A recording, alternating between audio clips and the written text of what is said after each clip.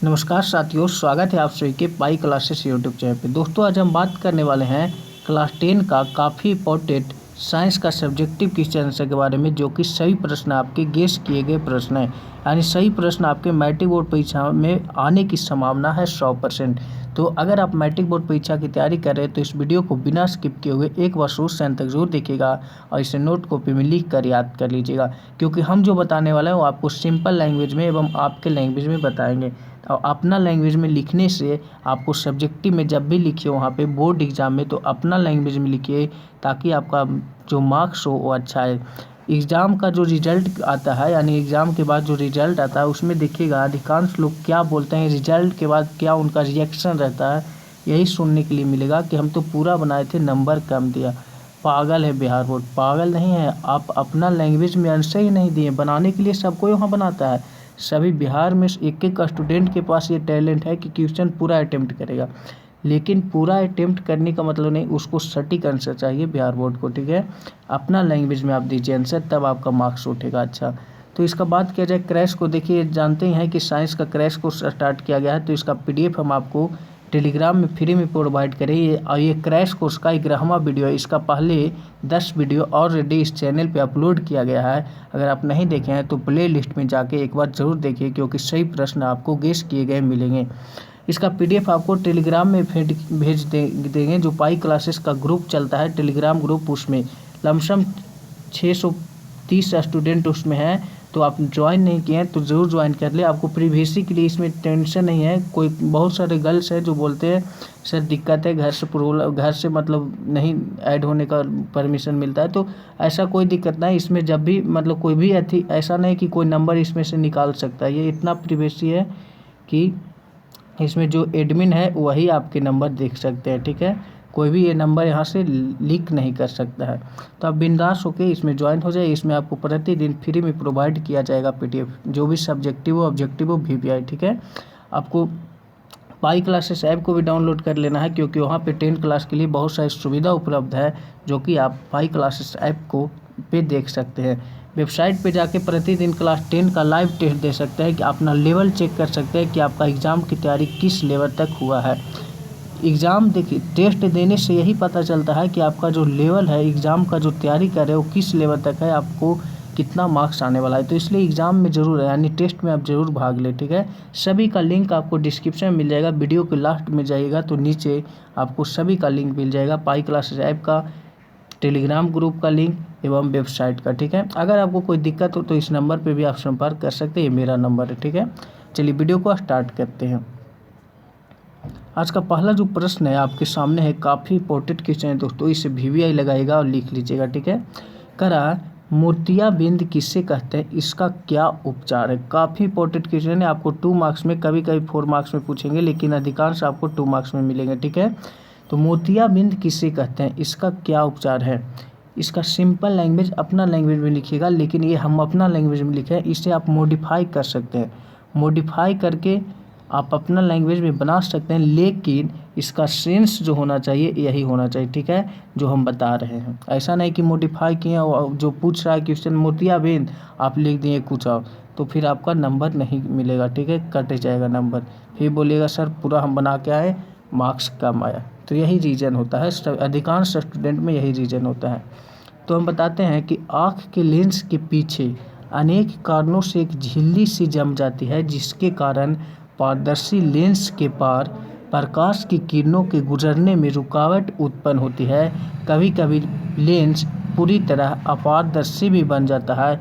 इसे ही हम लोग मोतियाबिंद रोग के नाम से जाना जाता है, यानी इसे ही हम लोग मोतियाबिंद कहते हैं। अब समझिए क्या ही कहा करा बाबू कि आँख के लेंस के पीछे, आँख आप लोग देखिए रहे, आँख के लेंस के पीछे आप देखिएगा तो अनेकों कारण से, यानी अनेक कारण से एक झिल्ली सी जम जाती है, मोटी झिल्ली जम जाती है, जिसके कारण पारदर्शी जो लेंस हमारी आँख में है, जिससे कि हम देखते हैं प्रकाश की किरणें, तो इसके झिल्ली के कारण पारदर्शी लेंस के आर पार नहीं हो पाती है, प्रकाश की किरण रुकने लगती है। और कभी कभी तो ये जो पारदर्शी लेंस है ना, पारदर्शी लेंस किसको कहते हैं, जिसको से हम मतलब आँख मान लीजिए पारदर्शी लेंस है। ठीक है, ऐसा लेंस जिससे आसानी से प्रकाश आर पार हो जाए उसे हम पारदर्शी लेंस कहते हैं, ठीक है।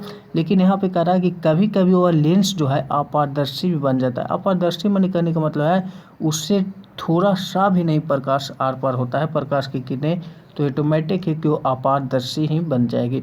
तो अपारदर्शी बन जाता है, इसे ही हम लोग मोतियाबिंद के नाम से जानते हैं, ठीक है। अगला जो है वह कह रहा है शल्य चिकित्सा के द्वारा खराब झिल्ली को बाहर निकाल दिया जाता है, उसके स्थान पर उचित शक्ति का कॉन्टैक्ट लेंस लगाने का शल्य चिकित्सा के बाद चश्मा लगाने से ठीक दिखाई देने लगता है। इसे ही मोतियाबिंद का ऑपरेशन कहते हैं। मोतियाबिंद आप अधिकांश देखिएगा कि बुजुर्गों में होता है, मतलब थोड़ा सा जो एज ज़्यादा होता है, जैसे दादा हो गए, ये सब में, दादी हो गए, ये सब में मोतियाबिंद थोड़ा ज़्यादा प्रभावित करता है उन लोग को, ठीक है।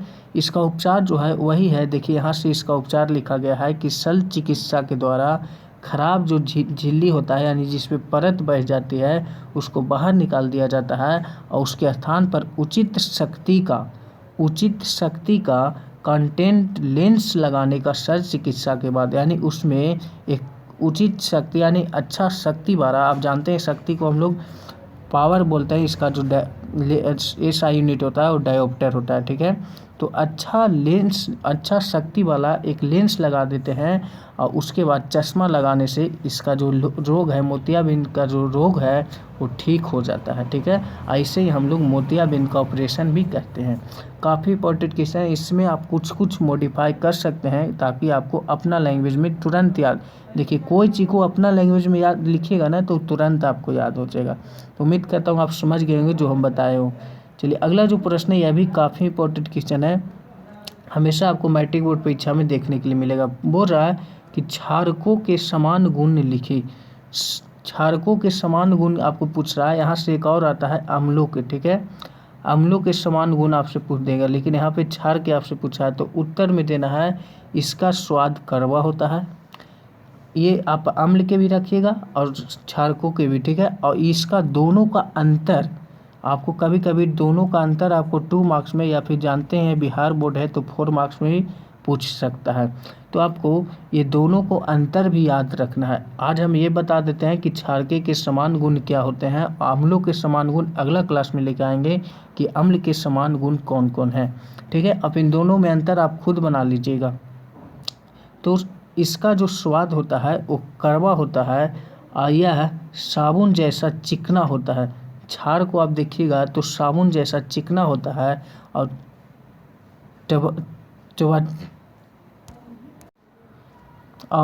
त्वचा जो होती है उसको क्षति पहुंचाता है, ठीक है। यह लाल लिटमस को नीला कर देता है, किसको, तो लाल लिटमस को ये नीला कर देता है, ठीक है। ये भी आपको काफ़ी इंपॉर्टेंट क्वेश्चन है, VVI MCQ में आपको आएगा, ठीक है, MCQ में आता है। अगला जो है इसका गुण वह है हल्दी के रंग को भूरा रंग कर देते हैं, यानी हल्दी का जो रंग होता है पीला उसको भूरा कर देता है, ठीक है। ये क्षार के गुण है। अगला जो है यह अम्लों के साथ क्रिया करके लवण तथा पानी बनाते हैं, यानी अगर इसको क्षार को अम्ल के साथ अभिक्रिया करवाइएगा तो यह जो है यह क्या बनाएगा, तो लवण बनाएगा और साथ में H2O रहेगा, क्या रहेगा, तो पानी रहेगा, ठीक है। अगला जो है इसका गुण यह फिनोल्फिन में घोल को गुलाबी कर देता है। फिनोल्फिन के नाम आप सुने ही होंगे, उसका जो घोल होता है उसको ये क्षार क्या कर देता है, तो गुलाबी कर देता है, ठीक है। ये आपके मुख्य रूप से 6 आपके इसका गुण है जो कि आपको हमेशा देखने के लिए मिलेगा। इससे रिलेट करके आपको, इससे ही संबंध करके आपको पूछ देगा अम्ल और क्षार के अंतर को लिखें, ठीक है। तो यहीं से इसका अंतर होगा, ठीक है। उम्मीद करता हूँ आप समझ गए होंगे, इसे याद कर लिए। इसमें आप मॉडिफाई क्या कर सकते हैं, ये तो आप इसे याद नहीं करने पड़ेगा, ठीक है। इसमें कोई मॉडिफाई नहीं काम करेगा। चलिए अगले प्रश्न की ओर चलते हैं। अगला जो प्रश्न है या बायो का क्वेश्चन है, कह रहा है पादप हार्मोन क्या है, नाम लिखे। देखिए बायो क्लास आप लोग अच्छा से कर लीजिएगा, एक बार बुक जो होता है NCERT का ना वो पढ़ लीजिएगा, ठीक है। NCERT का बुक पढ़ लीजिएगा, या फिर आपके पास भारतीय भवन का है तो उसको भी पढ़ सकते हैं। कह रहा है ओवैसी विभिन्न प्रकार के रासायनिक पदार्थ जो पदार्थों में वृद्धि और विभेदन संबंधी क्रियाओं को नियंत्रित करते हैं, उन्हें हम लोग पादप हार्मोन कहते हैं। देखिए, अगर ये बुक पढ़ने में कोई दिक्कत या कोई भी क्वेश्चन बनाने में दिक्कत हो तो आप डायरेक्ट मेरा व्हाट्सएप पे भेज सकते हैं या फिर डायरेक्ट मुझसे पूछ सकते हैं, ठीक है, कोई दिक्कत हो तो किसको कहते हैं पादप हार्मोन? तो वैसे विभिन्न प्रकार के रासायनिक पदार्थ जो पौधों में वृद्धि और विभेदन संबंधित क्रियाओं को नियंत्रित करता है, यानी उसको देख रेख करता है, उसे ही हम लोग पादप हार्मोन कहते हैं। पादप हार्मोन जो होता है अनेक प्रकार के होते हैं। आपके इससे क्वेश्चन कल ही हम करवाए थे एमसीक्यू में, ठीक है। निम्न में से कौन सा हार्मोन है, निम्न में से कौन पादप हार्मोन है, पूछे थे ना। तो मुख्य रूप से 5 होते हैं। इसमें आपके ऑप्शन कौन था? तो ये था, सॉरी ये नहीं था, ये था आपको, हाँ यही था, साइटोकाइनिन। साइटोकाइनिन आपको कल ही करवाए थे, ऑप्शन में था। और ये ऑक्सिन है, इथाइन है, जिबरेलियन है, साइटोकाइनिन है, एक्सिस अम्ल है। तो यहाँ से आपको एक भी, चारों में से, पांचों में से कोई भी एक आपको दे देगा, ऑप्शन में पूछ देगा, बाकी नहीं देगा। पूछेगा कि इसमें कौन पादप हार्मोन है। तो यहाँ से एमसीक्यू आपको बनता है। पूछा गया प्रश्न कल ही हम करवाए थे। तो यहाँ पे आप पाँचों जो इसका पादप हार्मोन है मुख्य रूप से, उसे आप याद रखिएगा, ठीक है। चलिए अगले प्रश्न की ओर चलते हैं। बायो का क्वेश्चन था यह, देखिए काफ़ी इंपॉर्टेंट क्वेश्चन है, इसके बारे में बात करते हैं। कह रहा है मेंडलीव की आवर्त सारणी तथा आधुनिक आवर्त सारणी की परिभाषा लिखिए। काफ़ी इंपॉर्टेंट क्वेश्चन है, आपको 4 मार्क्स में पूछने की चांस रहता है, ठीक है। 2 मार्क्स में बहुत कम चांस रहता है, 4 मार्क्स में पूछेगा। तो आपको याद रखना है कि मेंडलीव की जो आवर्त सारणी है वो कब आया, वो सब आप जानते ही हैं। कारण मेंडलीव की आवर्त सारणी, तो मेंडलीव ने तत्वों की आवर्त सारणी बनाई, उसे मेंडलीव की आवर्त सारणी कहते हैं। यानी मेंडलीव ने जो तत्वों की एक आवर्त सारणी बनाई थी, जिसे ही हम लोग मेंडलीव की आवर्त सारणी के नाम से जानते हैं, जिसका आधार यानी उसका जो बेस था वो क्या था? तो परमाणु द्रव्यमान था। एटॉमिक मास उसका बेस माना गया था। यानी जो ये तैयार किया गया था मेंडलीव के द्वारा आवर्त सारणी, उसका बेस क्या था? तो परमाणु द्रव्यमान था। यहाँ से आप सभी से एक क्वेश्चन पूछते हैं कि इसका सबसे पहला जो मेंडलीव की आवर्त सारणी तैयार किया गया था वो कितना में किया गया था? एमसीक्यू में हम करवाए हैं, इसका आंसर सभी का आना चाहिए जो जानते हैं, ठीक है। एमसीक्यू में करवाया गया क्वेश्चन है कि मेंडलीव की आवर्त सारणी जो पहला आवर्त सारणी था वो कितना में तैयार किया गया था। आपसे आधुनिक आवर्त सारणी के बारे में नहीं पूछ रहे हैं, पहले आप बताइएगा कि मेंडलीव की आवर्त सारणी कितना में तैयार किया गया। दूसरा आता है आधुनिक आवर्त सारणी, तो ये कब तैयार किया गया, इसका भी आंसर आप लोग कमेंट सेक्शन में सभी लोग बताएंगे, ठीक है। तो मेंडलीव की आवर्त सारणी के संशोधन के बाद, यानी इसको ठीक ठाक करने के बाद, यानी इसमें जो गलती था उसको सुधार कर संशोधन करने के बाद जो सारणी बनाई गई उसे आधुनिक आवर्त सारणी कहा जाता है। इसका आधार परमाणु क्रमांक है। यानी इस एक पहला जो निकला वो मेंडलीव की आवर्त सारणी निकला, उसके बाद इसमें जो त्रुटियाँ थी, यानी इसमें जो गलती था उसको सुधार कर, इसको संशोधन कर एक आधुनिक आवर्त सारणी बनाया गया, जो कि हम लोग आजकल उसी को पढ़े, आधुनिक आवर्त सारणी को, ठीक है। तो एक आधुनिक आवर्त सारणी बनाया गया जिसका जो बेस माना गया था वो, यानी उसका आधार जो माना गया था वो परमाणु क्रमांक था, एटॉमिक नंबर, ठीक है। इसका बेस जो था आधुनिक आवर्त सारणी का, वो एटॉमिक नंबर पे इसको तैयार किया गया था। लेकिन मेंडलीव की आवर्त सारणी जो था वो एटॉमिक मास पे तैयार किया गया था। दोनों में अंतर है। तो एमसीक्यू भी यहाँ से आता है, ठीक है। एमसीक्यू, और ये बताइएगा, सभी का आंसर आना चाहिए कि आधुनिक आवर्त सारणी कब तैयार किया गया और ये जो मेंडलीव की आवर्त सारणी वो कब तैयार किया गया, सभी का आंसर आना चाहिए। और ये जब आधुनिक मेंडलीव की आवर्त सारणी तैयार किया गया था उस समय तत्वों की संख्या कितनी थी, सब आपको करवाया गया प्रश्न, ये सब आपको याद होना चाहिए। चलिए अगले प्रश्न की ओर चलते हैं। अगला जो प्रश्न है वह है गर्भनीकरण क्या है। आप जानते हैं गर्भलाइजेशन के बारे में आपसे बात कर रहे हैं कि गर्भनीकरण जो होता है वह क्या होता है, यानी किसे कहते हैं। तो गर्भनीकरण या यशदेलपन आपको हमेशा ये कंफ्यूज करेगा नाम, ठीक है। इसका दूसरा नाम है यशदेलपन। एक धातु कार्मिक प्रक्रमण है जिसमें इस्पात या लोहे के ऊपर जस्ते की परत चढ़ा दी जाती है। इससे इन धातुओं का जो छन्न होता है, यानी इसका जो जंग लगता है, उसको रोकने के लिए इसके ऊपर एक परत चढ़ाया जाता है, किसका? तो लोहे के ऊपर जस्ते की परत चढ़ाई जाती है। इसी को ही हम लोग, इस प्रक्रिया को हम लोग गैल्वेनीकरण कहते हैं। इसको थोड़ा सा किताबी लैंग्वेज में ये था, इसके बाद देखिए अपना लैंग्वेज में लिखा गया है। ठीक है, ये हम अपना लैंग्वेज में लिखे हैं गैल्वेनीकरण क्या है। तो गैल्वेनीकरण एक ऐसी प्रक्रिया होती है जिसमें एक धातु या क्षण के सुरक्षित रखने के लिए, यानी क्षरण के सुरक्षित रखने के लिए उसके ऊपर दूसरी किसी धातु की परत को चढ़ा दी जाती है, जिससे धातु संक्षारण या क्षय होने से बच सके। यानी वो खराब होने से जो क्षय होता है, यानी उसका जो अंत होता है, यानी जो उसका सीमा है वो अंत होने लगता है, उससे बचाव के लिए ये परत चढ़ाया जाता है।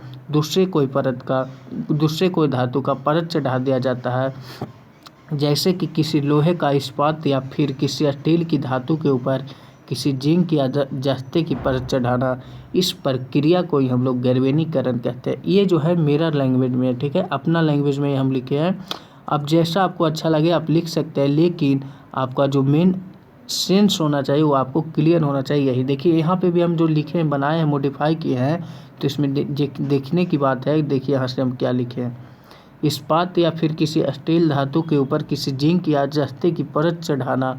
इस प्रक्रिया को ही हम लोग गैल्वेनीकरण करेंगे। यानी कुछ मैच करता है, यानी जो इसका सेंस निकल रहा है दोनों का सेम है। ठीक है, दोनों का सेंस सेम है, लेकिन थोड़ा सा कोई ज़्यादा है, कोई कम है, कोई मॉडिफाई किया हुआ है। ठीक है, तो आप अपना लैंग्वेज में बना सकते हैं कोई भी क्वेश्चन का आंसर, ताकि आपका मार्क्स जो हो अच्छा से उठ सके, अच्छा है। ठीक है, तो उम्मीद करता हूँ वीडियो अच्छा लगा होगा। वीडियो को लाइक नहीं किया तो लाइक कर दीजिए। अगर आपको कोई दिक्कत या परेशानी हो तो कमेंट सेक्शन में पूछ लीजिएगा, और सभी लोग बताएंगे जो हम क्वेश्चन आपसे पूछे हैं। ठीक है, चलिए आज का क्लास यही तक, फिर मिलेंगे नेक्स्ट क्लास में। जय हिंद, जय भारत।